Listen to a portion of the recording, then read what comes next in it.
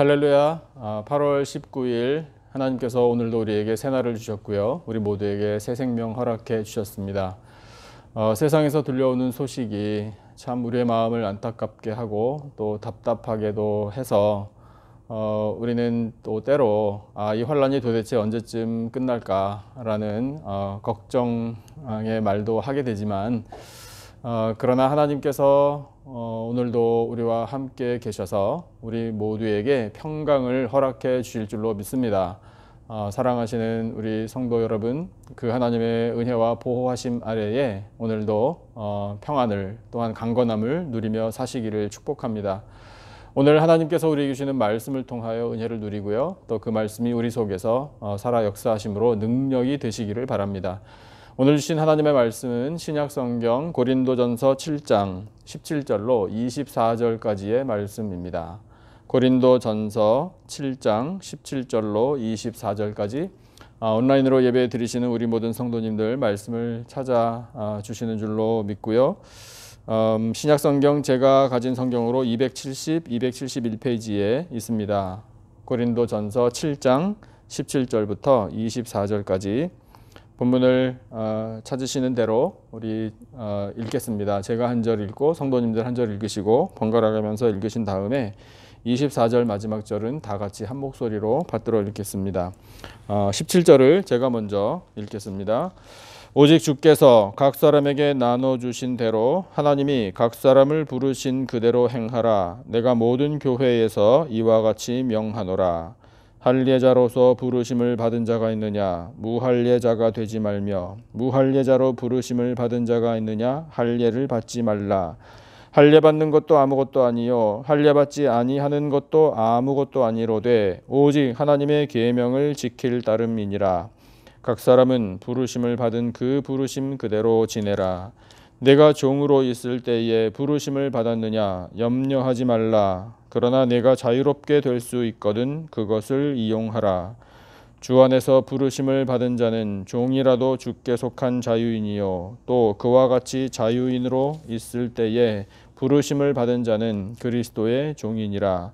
너희는 값으로 사신 것이니 사람들의 종이 되지 말라.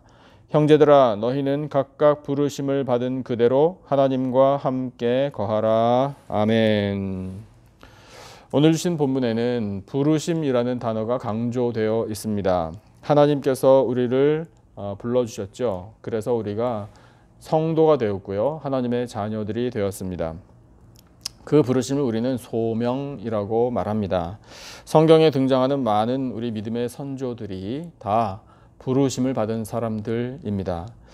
몇 사람만 한번 우리가 떠올려 봤으면 좋겠는데요. 아브라함을 한번 생각해 보시죠. 그 아브라함이 부르심을 받았을 때에 히브리서는 이렇게 우리에게 해석을 해주고 있지 않습니까? 갈 바를 알지 못했다. 하지만 더 중요한 사실은 하나님의 부르심, 그 말씀, 그래서 하나님의 동행, 이것을 믿었기 때문에 아브라함은 그 부르심을 따라 나아갔다라고 하나님 우리에게 말씀해 주고 계십니다.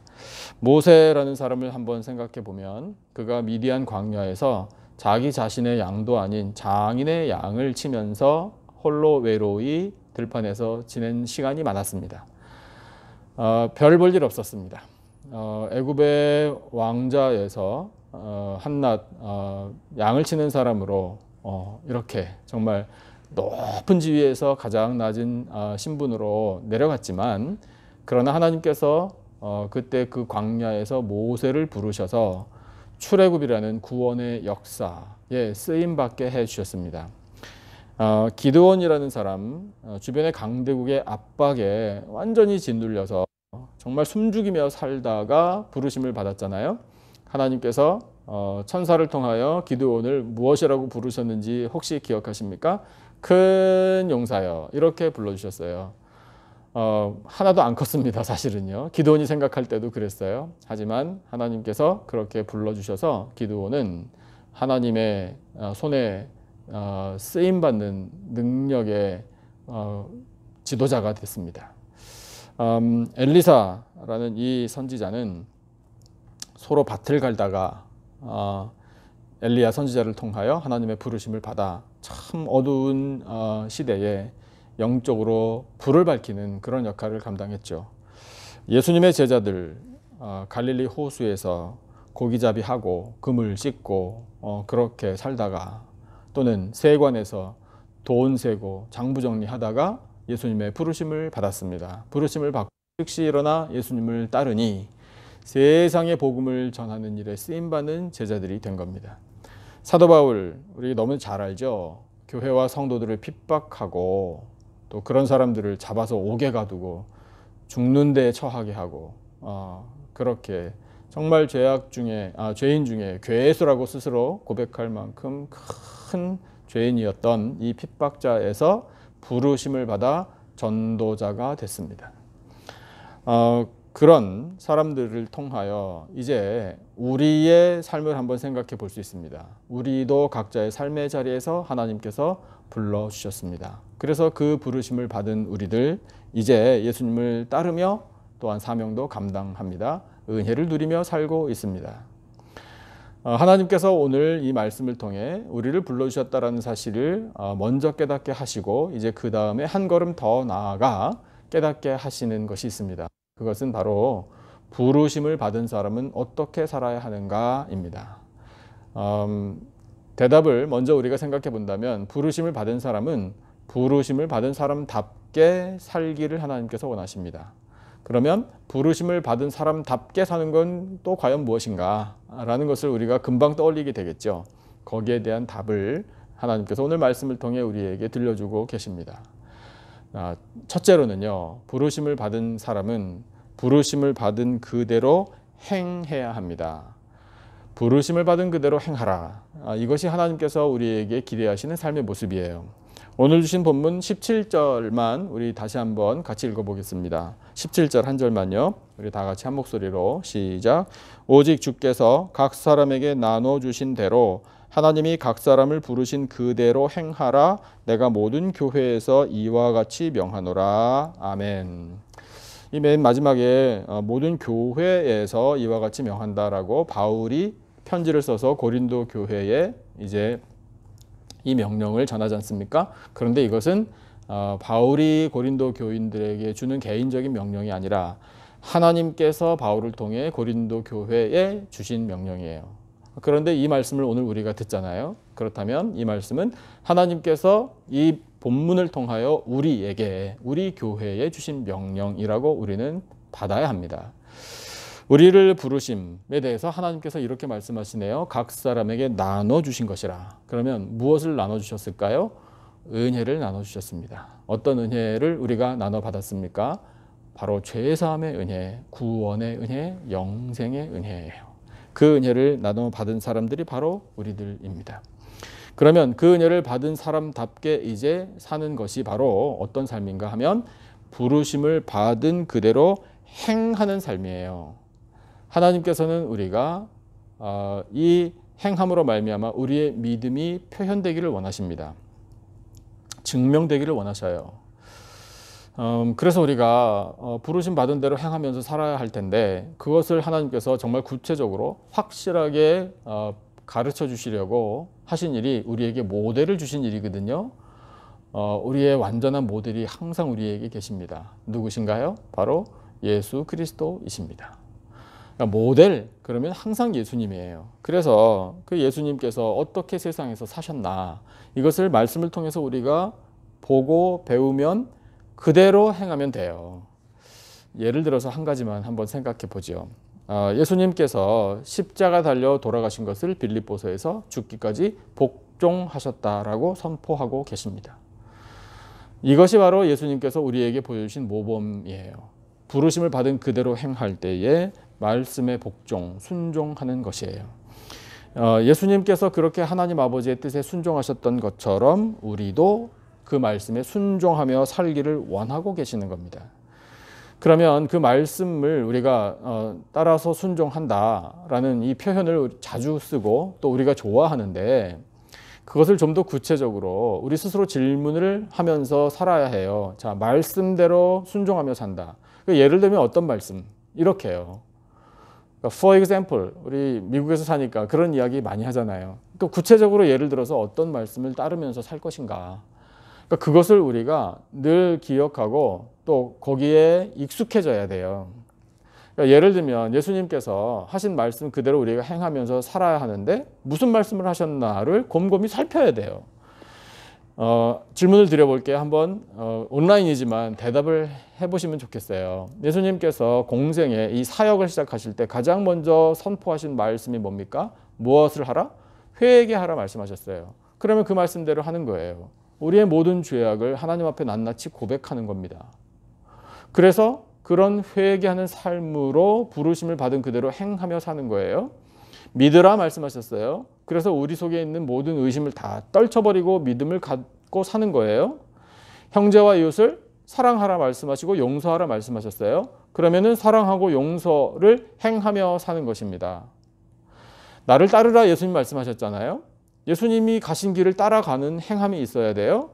그래서 우리를 부르셔서 제자로 양육해 주십니다. 그런 다음에 예수님께서 그 다음 단계로 뭘 하시죠? 파송하셔요. 이제 가라. 그러면 가서 뭘 할 것인가? 가서 전하라. 그리고 가서 제자를 삼으라. 이렇게 말씀하셨잖아요. 그리고 기다리라. 보혜사 성령님이 오신다. 말씀하셨잖아요. 이런 모든 말씀들 한 말씀 한 말씀을 우리가 기억하면서 그 말씀대로 행하는 것. 이것이 바로 하나님께서 우리를 부르심을 알고 그 부르심 그대로 행하며 사는 삶입니다. 우리의 완전한 모델이신 예수 그리스도를 바라보십시다. 그래서 그 예수님께서 행하신 대로 사십시다. 예수님을 닮아가기로 우리가 최선을 다하면 성령 하나님께서 도와주실 거예요. 그리고 하신 말씀 그대로 우리가 한 말씀 한 말씀 기억하며 순종하며 살고자 할 때에 우리를 부르신 하나님의 뜻대로 그 부르심을 받은 그대로 행하며 사는 우리들의 삶이 됩니다. 그와 같은 삶을 통하여 하나님을 기쁘시게 해드리고 하나님이 주시는 놀라운 은혜 누리며 사는 복된 삶이 되시기를 축복합니다. 두 번째로 부르심을 받은 사람은 어떻게 살아야 하는가? 오늘 말씀을 보니까 이렇게 하나님께서 표현하시네요. 부르심을 받은 그대로 지내야 합니다. 부르심을 받은 그대로 지낸다.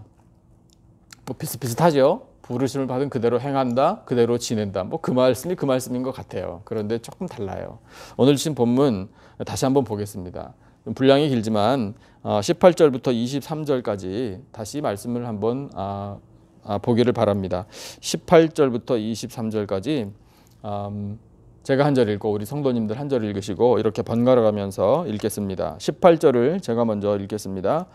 할례자로서 부르심을 받은 자가 있느냐? 무할례자가 되지 말며 무할례자로 부르심을 받은 자가 있느냐? 할례를 받지 말라. 할례 받는 것도 아무것도 아니요 할례 받지 아니하는 것도 아무것도 아니로되 오직 하나님의 계명을 지킬 따름이니라. 각 사람은 부르심을 받은 그 부르심 그대로 지내라. 내가 종으로 있을 때에 부르심을 받았느냐 염려하지 말라. 그러나 내가 자유롭게 될 수 있거든 그것을 이용하라. 주 안에서 부르심을 받은 자는 종이라도 주께 속한 자유인이요 또 그와 같이 자유인으로 있을 때에 부르심을 받은 자는 그리스도의 종이니라. 다 같이 너희는 값으로 사신 것이니 사람들의 종이 되지 말라. 아멘. 자, 여기에 나와 있는 말씀을 보니까 부르심을 받을 때에 어떤 사람들은 할례를 받은 상태에서 부르심을 받았고 어떤 사람들은 무할례자의 입장에서 부르심을 받았어요. 어떤 사람은 누군가의 종의 신분에서 부르심을 받았고 어떤 사람은 자유인, 그 종을 부리는 주인의 입장에서 부르심을 받은 사람들도 있습니다. 그와 같은 사람들이 함께 있었던 공동체가 고린도 교회예요. 하나님께서는 이렇게 하나님의 백성들을 부르실 때 그들의 신분을 따지지 않으셨어요. 할례를 받은 사람만 내가 부르겠다. 무할례자들은 나 부르지 않는다. 하나님은 그러신 적이 없습니다. 누군가의 종이냐? 그렇게 천한 신분의 사람들은 내가 부르지 않는다. 자유인이냐? 주인이냐? 옳거니 너는 지위가 높으므로 뭔가를 할 수 있겠구나. 그래서 내가 부른다. 하나님은 이런 분 아니에요.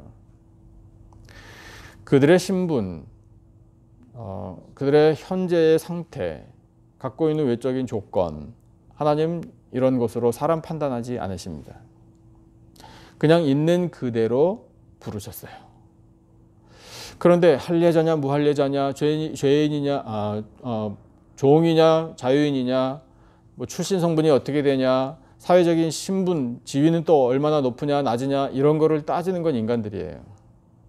그런데 하나님께서 왜 이 말씀을 그러면 고린도전서에 기록되게 하셨을까 생각해 본다면 우리가 이제 추정할 수 있어요. 물론 성경을 통해서 그런 정보를 다 주고 계시지만 고린도 교회 안에 그런 사람들끼리의 높낮이 따지고 그래서 높은 사람들은 존중하고 거기에서 뭔가 좀 유익을 얻으려고 그러고 신분이 낮은 사람들은 멸시하고 하는 일들이 세상에서만 일어난 것이 아니라 교회 안에서도 일어나고 있었습니다. 그러니까 하나님께서 교회에 사실 엄하게 명령을 하시는 거예요. 교회에서는 그와 같은 것을 따져서는 안 된다고요.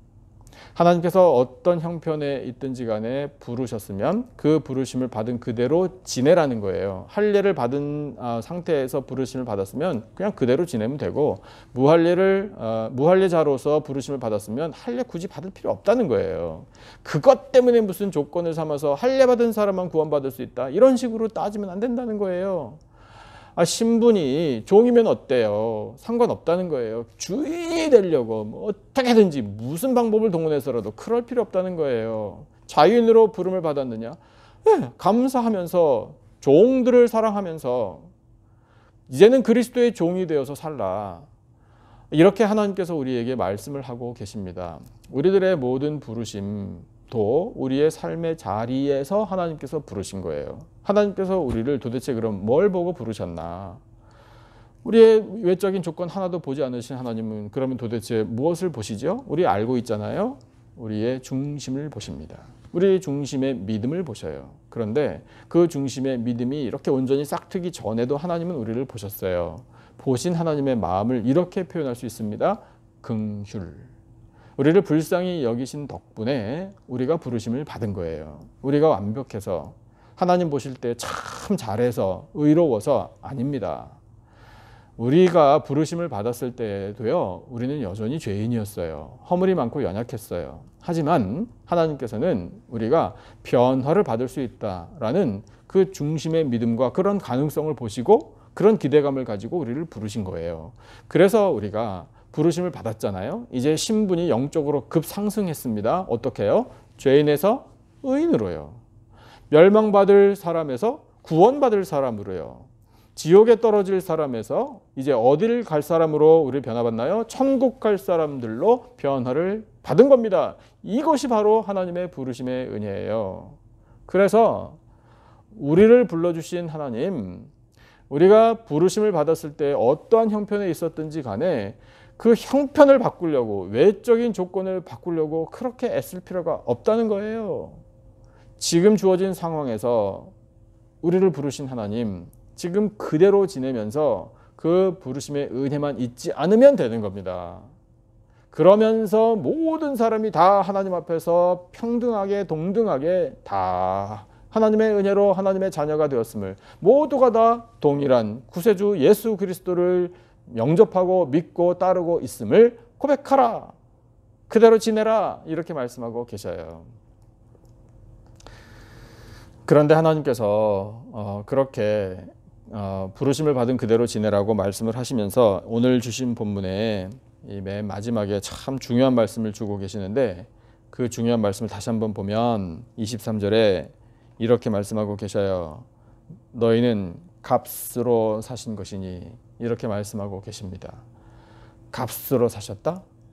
무슨 값으로 사셨죠? 핏값으로 사셨어요. 그 핏값이란 바로 예수 그리스도께서 십자가에 흘리신 보혈입니다. 예수님께서 보혈을 흘려주심으로 우리의 모든 죄를 다 씻어 주셨습니다. 죄인인 우리가 마땅히 당해야 할 형벌을 대신 당해 주심으로 우리로 하여금 그 형벌을 면하게 해 주신 거예요. 그 핏값으로 사신 한 사람 한 사람이 바로 우리들입니다. 그리고 우리들이 함께 모여 그 핏값으로 사신 교회를 이룹니다. 우리는 그 핏값으로 사신, 그래서 모두가 다 똑같은 은혜를 누리고 사는 하나님의 백성들입니다. 하나님의 자녀들입니다. 예수 그리스도 안에 한 형제 자매된 사람들입니다. 그렇기 때문에 우리는 부르심을 받은 그대로 지내며 서로 높낮이 따지지 말고 누가 더 귀하냐, 누가 더 힘이 있냐, 누가 더 많이 가졌냐, 절대로 그런 걸 따져서는 안 돼요. 교회 안에서는 모든 사람이 다 존귀한 하나님의 백성들입니다. 우리를 부르신 그 부르심 마음에 기억하고 늘 되새기고 부르신 그대로 지내며 우리를 핏값으로 사신 예수 그리스도를 온전히 따르며 살아가는 존귀한 하나님의 자녀들이 다 되시기를 예수님의 이름으로 축복합니다. 이제 마지막 세 번째, 부르심을 받은 사람은 어떻게 살 것인가. 하나님께서 말씀하시는 것이 24절에 나와 있거든요. 24절을 한번 같이 읽으시면 금방 아실 거예요. 우리 24절 한 목소리로 받들어 읽겠습니다. 시작. 형제들아 너희는 각각 부르심을 받은 그대로 하나님과 함께 거하라. 아멘. 이제 다 아셨죠? 금방 하나님과 함께 거하는 삶이에요.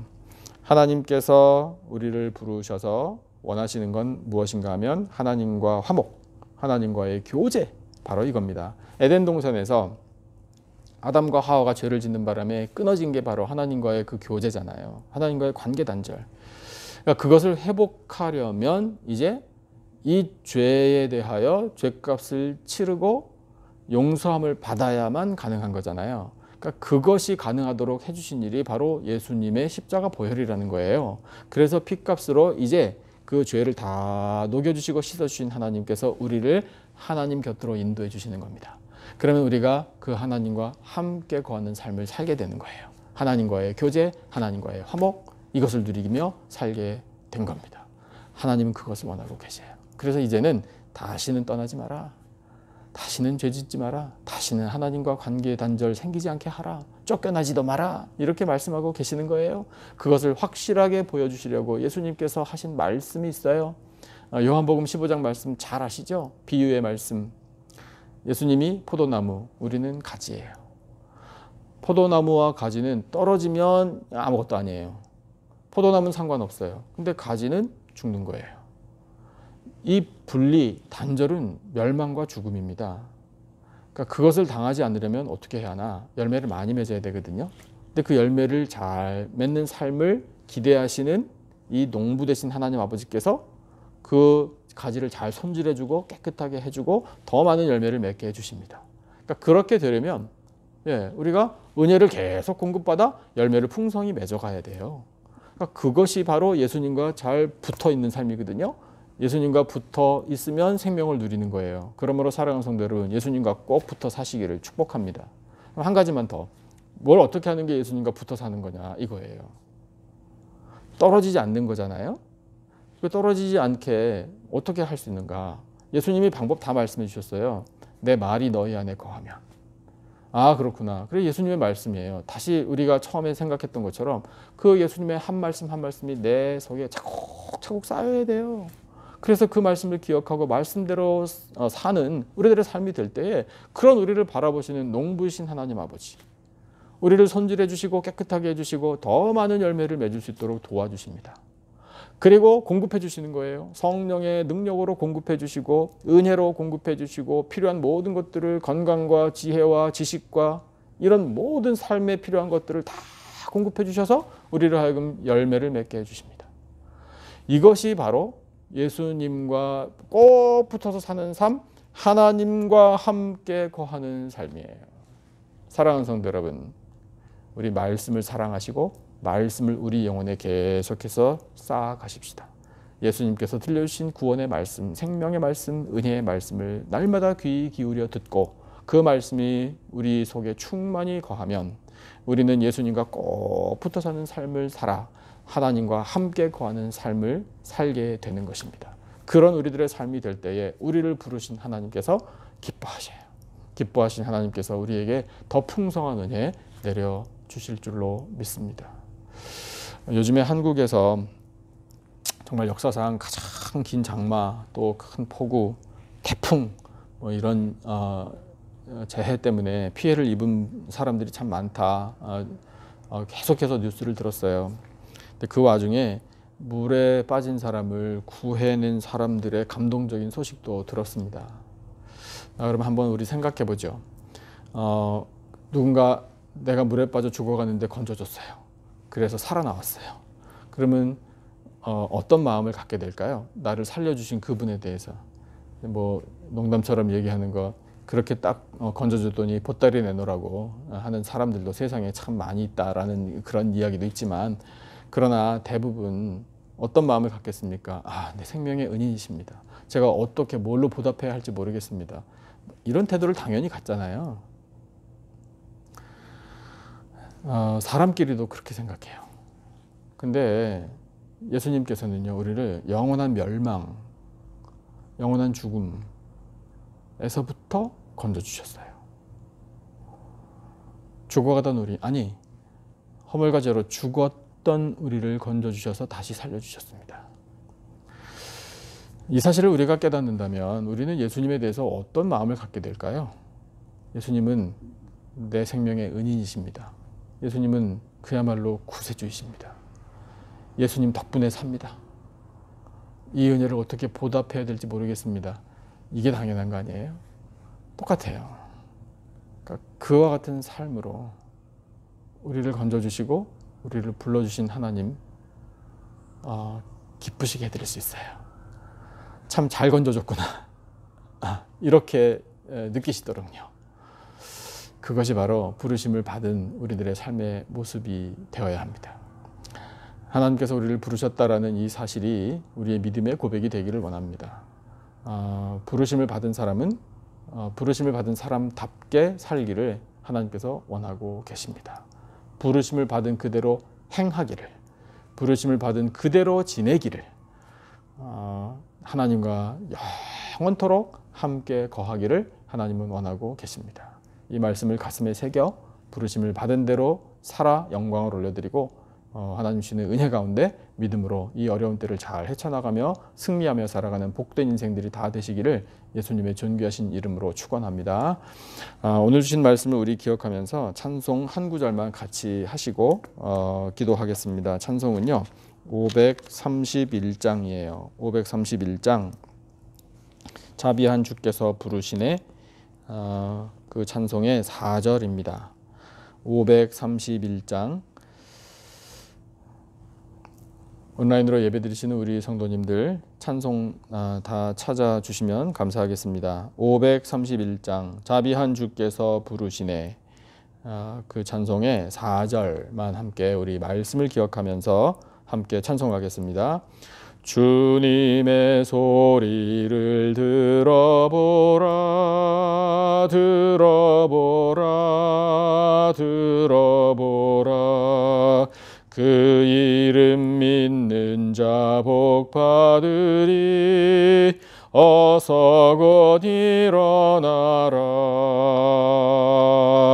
지금 오라. 지금 오라. 자비한 주께로 지금 곧 나오라.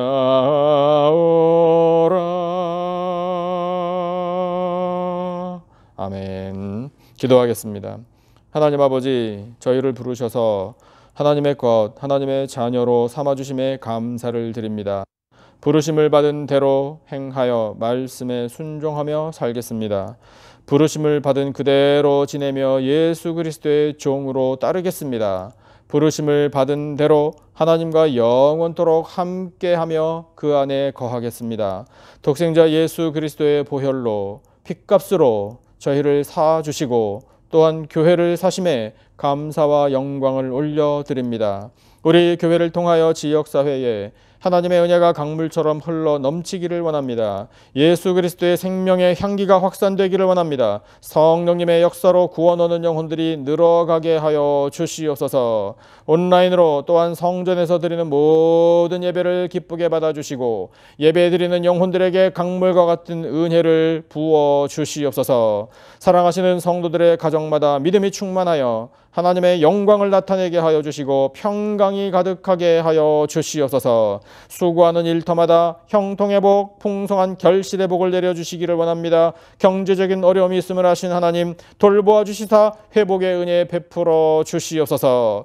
우리 자녀들에게 믿음과 지혜와 강건함을 주시고 그들의 앞길을 시온의 대로로 열어주시사 하나님의 뜻을 이루는 자녀들로 성장시켜 주시옵소서. 우리 교회 EM과 교회학교에서 다음 세대가 말씀으로 잘 양육되게 하시니 감사합니다. 하나님, 준비하신 종을 보내주시기를 원합니다. 그리하여 우리 다음 세대 가운데에 하나님 나라의 일꾼들이 많이 배출되고 또한 그 놀라운 하나님의 뜻을 세상에 펼쳐나갈 수 있도록 은혜 베풀어 주시옵소서. 성도들의 몸에 질병을 하신 하나님 능력의 손으로 어루만져 주시사 아버지 깨끗함을 얻게 하여 주시옵소서. 마음의 상처도 싸매어 주시고 하나님 주시는 평화를 누리며 기쁨으로 찬양하며 살도록 도와 주시옵소서. 바이러스의 확산으로 또한 폭우와 강풍으로 폭발사고로 정치의 불안과 인종 간 대립과 총기 사고로 많은 사람들이 피해를 입고 생명을 잃고 있음을 아버지 긍휼의 마음으로 보시는 줄로 믿습니다. 주여 이 어지러운 세상을 하나님의 뜻으로 하나님의 놀라운 손으로 평강으로 다스려 주시옵소서. 아버지 오늘 살아갈 힘을 성도들에게 허락해 주시기를 원합니다. 성령의 권능 주시고 예수 그리스도의 이름의 능력을 의지하여 승리하게 하여 주시옵소서. 아버지 이 시간 저희에게 기도의 영을 부어주시기를 원합니다. 성령 하나님 말할 수 없는 탄식으로 저희를 위하여 친히 간구하시는 줄로 믿사오니 주여 저희들의 간구를 들으시고 하늘문을 활짝 열어 응답하여 주시옵소서. 지금은 우리 구주 예수 그리스도의 은혜와 하나님 아버지의 놀라우신 사랑과 성령님의 교통 기름 부으심의 은혜가 우리를 불러주신 그 하나님의 부르심을 따라 말씀대로 행하여 영광을 올려 오직 믿음으로 승리하며 살 것을 다짐하는 예배드린 모든 백성들 위에 간절히 부르짖는 기도의 제목과 삶의 터전들 위에 세워주신 우리 교회와 이 나라와 온 열방 위에 지금으로부터 영원토록 함께 하시기를 간절히 축원하옵나이다. 아멘. 우리 들려주신 말씀을 붙들고 또 우리 각자가 가지고 있는 기도 제목을 놓고 함께 기도하겠습니다. 우리 교회와 성도들을 위해서 계속 기도해 주시기 바라고요. 우리 온 세상에서 들려오는 소식들 기억하면서 정말 하나님께서 우리에게 더 기도하라고 계속해서 이끌어 주시는 것으로 생각이 됩니다. 그래서 우리 이와 같은 제목을 놓고 간절한 마음으로 함께 합심으로 기도하겠습니다. 주여 저희들에게 귀한 말씀을 이렇게 주셔서